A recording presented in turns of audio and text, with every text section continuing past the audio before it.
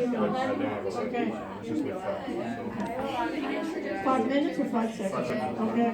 You're gonna see the camera. Okay. And then we have 4 presets. Okay. And Right. you, Okay. now, Okay. So, yeah, this is good, so we can see. whiteboard. Okay. Yeah. Okay. So let's leave it We this don't have to way. worry about the screen. Okay. The screen's gonna be recorded. Oh. You know, whatever's on the screen's gonna be recorded. Okay, but hers will leave This it. is how you record it. Okay. Okay. What file form? You'll tell me what the file format. Yeah. What system is this? Crestron system. Oh, Crestron. So we're just gonna hit start recording. Okay. Perfect. It's gonna start. And then when you finish, just press stop recording. Okay. Perfect. Okay. And when you're ready to go for Apple TV, Okay. Why don't we go for Apple TV right now? Okay. so Amazing. pop up.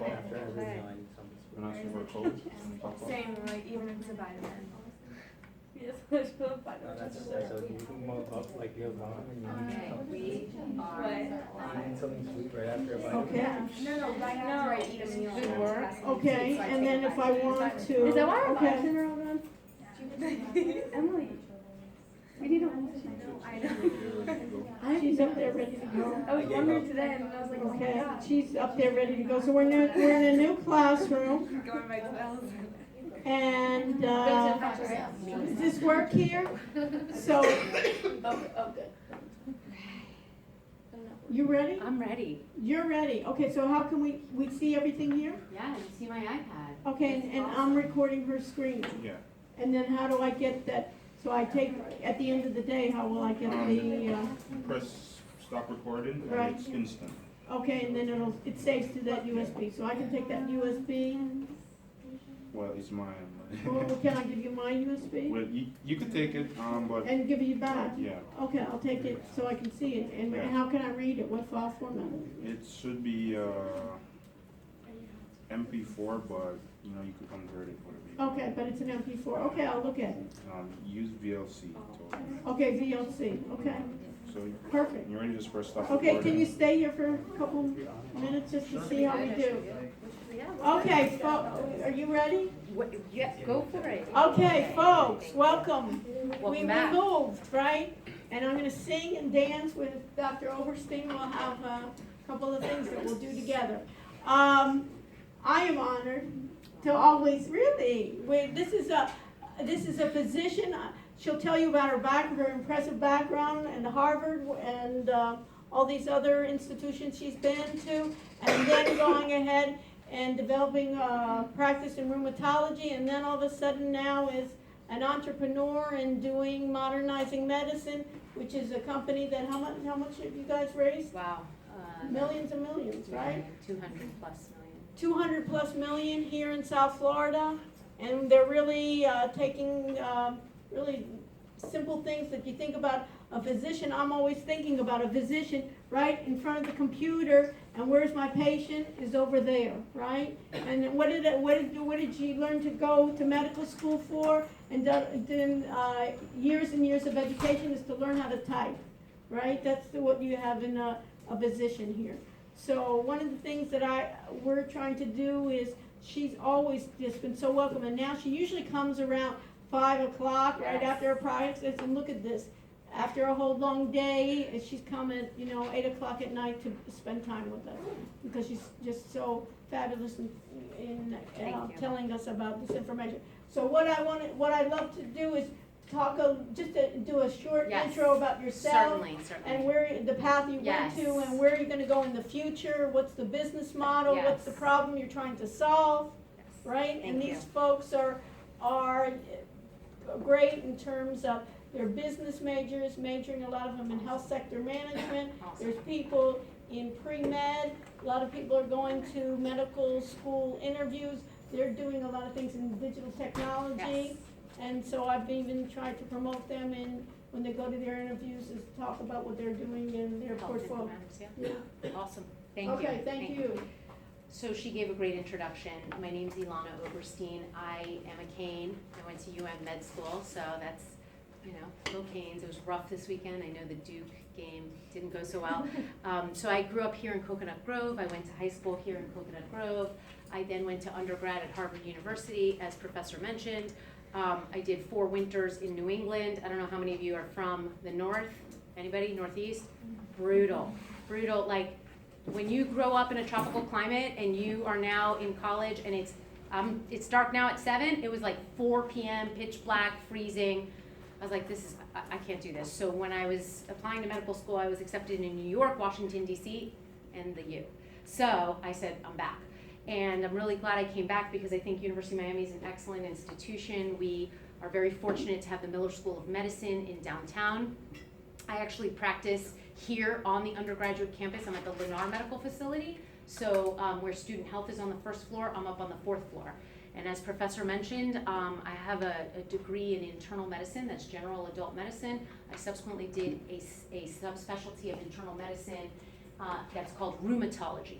So some of you may know what that is. That is the field of autoimmune diseases. So when your immune system that's supposed to attack germs attacks your own body, it's called an autoimmune disease. Anybody know a very famous autoimmune disease? Like, I know this isn't help, give me one.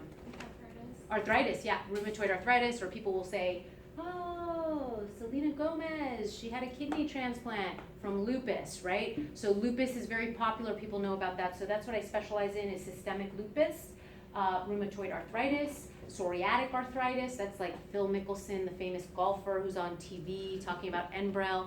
That is what we specialize in, is autoimmune diseases. They traditionally attack your joints. So make a long story short, I come out of residency and fellowship. I'm a rheumatologist, and like, I'm definitely older than you guys. I can't say that I could be your mom, but okay, we're talking like 15 years ago, and the internet is just going gangbusters, and startups left and right, and I'm like paper charting, right? But things progress in the world, and now we have like mobile Starbucks, and you can't live without it, and you bank online, and you do everything online. And medicine really lagged behind, right? We were still on paper charts. So it was about 5 years ago, I was still on a paper chart. Like, you know, when you go to the doctor and they're still, right, using a pen. And, you know, electronic health records were popular. And why? Because President Obama issued the Affordable Care Act, okay? Granting access, universal access to healthcare.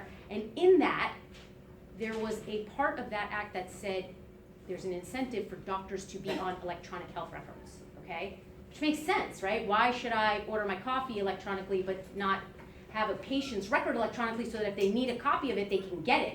So it makes sense. And that was the incentive, and doctors were incentivized. What happened?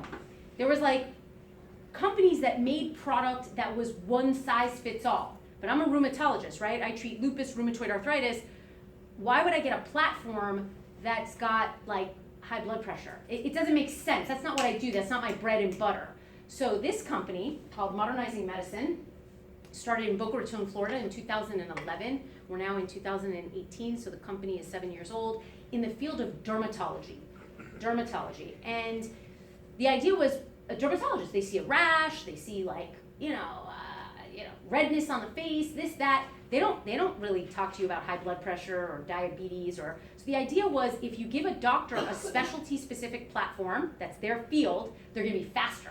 What does that mean? You're not in the waiting room for 60 minutes, right? What does that mean? It's gonna help their workflow, and if you help a doctor's workflow, you're gonna improve patient outcomes, okay? That was the principle, and it took off running, right? Usually I have my PowerPoints on our company, but you guys can look us up, modmed.com. And Can we switch to mine? Yeah. So what do I? well, but it's on my laptop. No, my but other at least I have your website. Yeah, put up the website, modmed.com. So First what? laptop. What? First laptop? Oh, but is it gonna turn this off? You don't want to do that. Don't go there. No. Okay.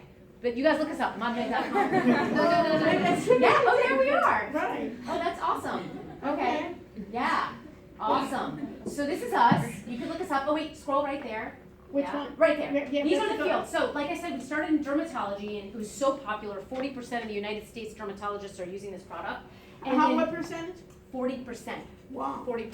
In such a short time, you think Yeah. about it, getting It was amazing. It was amazing. 40% of the market. So the founders of the company, there's a gentleman, are you familiar with Blackboard? Yeah. So Dan Kane, who founded this company, founded Blackboard. And after selling that, and it went public for $1.9 billion. He was retired, and he's from Florida, and he was retired at the time in his 30s, and went to a dermatologist for a skin exam because he was getting a lot of sun, and he met Dr. Michael Sherling, who is an amazing dermatologist, and saw that he was on paper at that time, and they collaborated together, which is how they ended up in That was their dermatology. first one. Yes, Dermatology yes, it was was their first vertical, module. first vertical, first subspecialty. And then, as you can see, we went into all these other fields. I'm in the orthopedic pain management as a rheumatologist. We all deal with the joints, and the idea, again, it took off, and people love our product because it's not clunky. For a couple of comments, it's specialty specific, which is really important because it's fast that way, and also it's all mobile cloud-based. So you go to the ER now, if any of you have been to an urgent care, and like you're there and the provider's like hunched over and it's a really bad situation. So we're mobile, you go in, and what's great, and I'll show you when I demo the product, is having an iPad, you could also use it on your iPhone, this is the wave of the future, right? You guys are all mobile as well. Is I could take a photo of a rash, I could take a photo of a infection, And it puts it right into your record. correct. So it's And awesome. they don't have to mess with the back end, it just goes straight in. You got it. So let's just do a demo right here. We're gonna bring up this. So I need to go to my Apple Fake. TV. Oh, yeah, fake patient here, yeah. Okay, so the idea is to everything be, of course, rather quick, right? So on a healthcare chart, there's certain items that you need to have included, and you've got, for example, your past medical history. You could add items, you could say, okay, this patient's been suffering from anxiety since, 2012, if you wanna add that. Mark this as reviewed. You could add musculoskeletal history. So Again, this is your module. correct. specific. I'm doing rheumatology here. Well, orthopedic, rheumatology, pain management, anything to do with your skeleton and your immune system.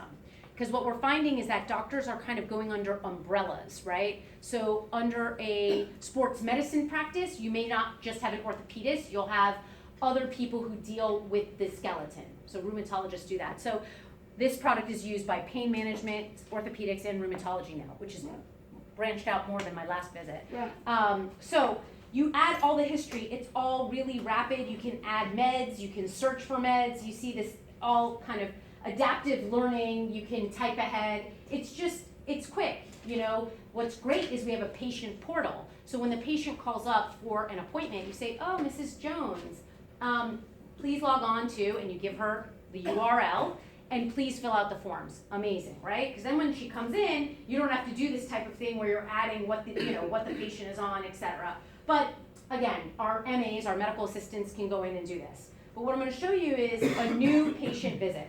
So when you take a history, what you're going to notice actually when I go ahead and add a chief complaint of why a patient's there, it's all kind of related to my subspecialty, which is great because you don't have to filter out,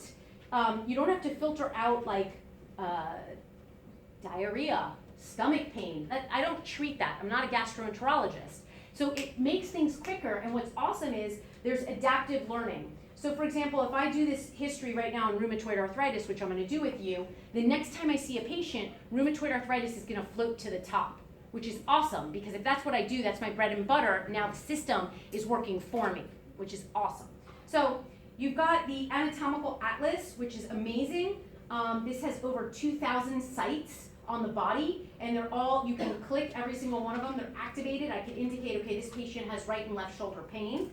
And what's great is, I'm gonna just go ahead and tell you right here what I'm doing. I'm taking a history. What happens is I can ask the patient, what associated symptoms do you have? When did this problem begin? How bad's your pain, 1 out of 10? How long have you had this problem? Okay, 4 months. What meds have you been on in the past? Oh, okay, I took anti-inflammatory. Which one? I took Celebrex. Did it help? Partially. What other meds are you taking right now? So you don't have to write this after. Nothing. And You don't have to type. what the point is here, you're quick. I could take a history in 45 seconds, right? And what's even better about it is that information was granular. And that's what I want to make a point of to you. Data. They were all one touch, okay? Why is that important? In the end, you talk about this with your students, right? In the end, let's say you want to improve outcomes of patients. You want to go back to your practice, you worked all day, and you saw 50 people a day, let's just say that week. 200 patients. You want to drill down. How many did I see with RA? How many had a pain scale of 5 out of 10? How many were on Celebrex? Bam, you have that. The minute you dictate a note, you know, a 76-year-old female came in today, and you use like Nuance or Dragon, if you're familiar with those voice activation systems, you've got a paragraph. What can you do with that? Not much. You need a worm to go in and take out discrete data, right? You got a paragraph.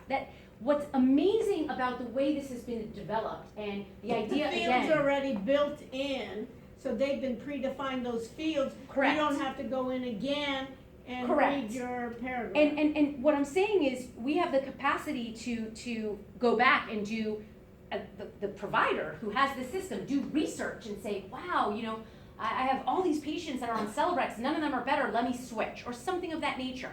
The idea is to improve patient outcomes, to leverage technology to improve patient outcomes. And you can always override, and you know, I could always add, you know, let's enable dictation. The patient was at the Port of Miami and tripped over a brick. Oh. I don't know what happened there. But as you can see, you can dictate, you can use Siri. Mhm. Whoa. Terrible. Usually works very well. I should really look into that. What happened? Maybe it's my case? I don't know. That's terrible. Let's try that again.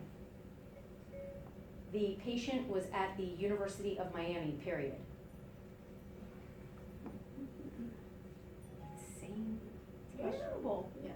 Well, Okay. something not working with my voice dictation, but suffice it to say, we use a lot of that where, because you say, oh, but not every patient is, you know, they've got a story, right? Like they tripped at the Port of Miami, or they were at the UM game and they fell off a ledge. I don't have discrete data for that, right? I'm not programming that in, but you can always add that. So you're not locked in. You have capacity to free text, to free dictate. What's important here is, it also made things faster for the doctor. To get paid by insurance, you know, Aetna, AvMed, Cigna, Medicare, you need to have certain components.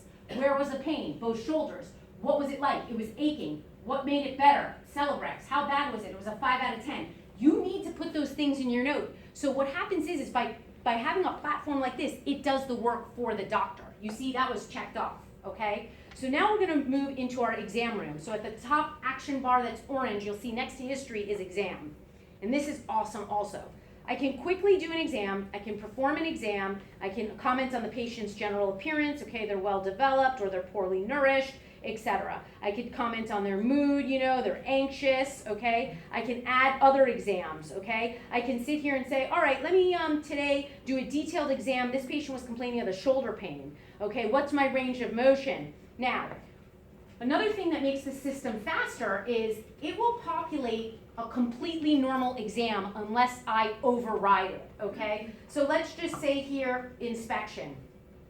It's gonna say everything's normal, so the top part where it says normal alignment, no deformities, shoulder looks normal unless I indicate something. So we override the normal, so it can be fast also, all right? So we did our exam. Now we're gonna say, what's the impression on this patient? Well, we're gonna say this patient came in, they had rheumatoid arthritis, okay? And you'll see a variety of different types of rheumatoid pop up. This patient has rheumatoid and has rheumatoid factor in their blood, for example. And here are my plans. So, popular things I do often, go to the top. I always counsel my patient. This is what rheumatoid arthritis is. Guess what? We're gonna put you on this medication that Phil Mickelson's on called Enbrel, and you're gonna feel better, okay? And any additional plans that I wanna do. So you can counsel the patient. You have all these things. You can order x-rays, but it's all quick, right? Let's do a prescription. Let's say, all right, we're gonna give you that Enbrel that Phil Mickelson's on, okay? And you'll notice these drugs, you guys aren't doctors, but I don't have like Zyrtec on here. I don't have Claritin. Why? I don't do that. I don't do allergy. You see what I'm saying? It's specialty specific, programmed to have the drugs that we utilize. Makes it fast. This is your bread and butter. So Enbrel's right there. Bam, this is what I do. Okay, bam, we're gonna save that. Patient's now on Enbrel. We're all updated, okay? Notice that Enbrel floats to the top. Next time I see a rheumatoid patient, that'll also be at the top. So, your go-to drugs, etc., may be at the top. All right, so we've done some plans, we're gonna save the visit note. Now, what's great about this is in a quick, one interaction with the patient, I'm gonna get about 5 outputs, right? Leveraging technology to make myself faster. I've got my note, gave my history that I took very rapidly. We've got our exam, anything that I said, was different than the normal, comes up bolded and red, right? Patient had a clavicular deformity, etc. All right? Then you've got your counseling. Here's what I want to show you. You didn't hear me dictate, you've got rheumatoid arthritis, it's a chronic autoimmune disorder. This was all already put in the system by specialty specific physicians like myself. So GI, we have a GI doctor. So it's not by some programmer that's putting this. So that was the model that Dan Kane, who started the company with Michael Sherling, came up with. He said, we can teach a doctor to code, but we can't teach a software engineer medical school. So they brought 22 of us physicians on board, and they taught us how to code in JavaScript and XML, and we write the code. So it's even more, it's dynamic, right? If a new drug gets FDA approved today for rheumatoid arthritis, I can code it in the system tomorrow.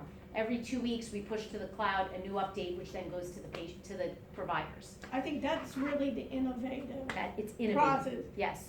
Taking those physicians, because again, they know their specialty, they know that the Correct. industry, rather than having a programmer and then 6 months later give it to you and say, this is not how I do practice. Right. Go back and fix it in another 3 months. It's helped the workflow. Encounter forms. So in addition to the note, you have to submit to insurance company all of this information. What was the diagnosis? What level of visit? You saw on that HPI that I did, the modifying factor severity. Insurance won't pay you otherwise. It'll say the exam that I did, what the diagnosis was. It generates a bill that we submit to the insurance. You see, this also eliminates the front office and the back office, the billing office, the front desk. Prescriptions, you saw that I ordered the Enbrel. Well, this was e-prescribed to the Walgreens down the street. If the patient wants a paper copy with them, we can give them that. Any orders, I didn't order any x-rays or anything, no pathology, no x-rays, patient handout. So this patient is gonna get a handout about what their disease is, what I prescribed, and what was done today, right? So it's awesome. It's quick, it's light, it's mobile. I can have eye contact with the patient. It is great.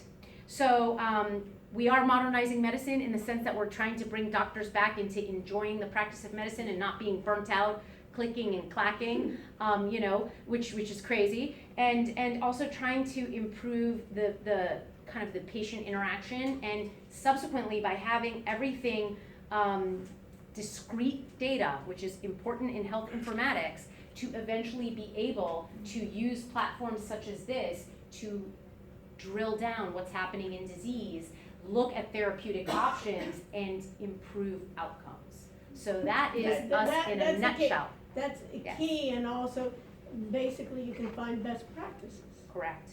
And then even among your own physicians, find what are ways in which they find best practices to treat a certain disease. 100%.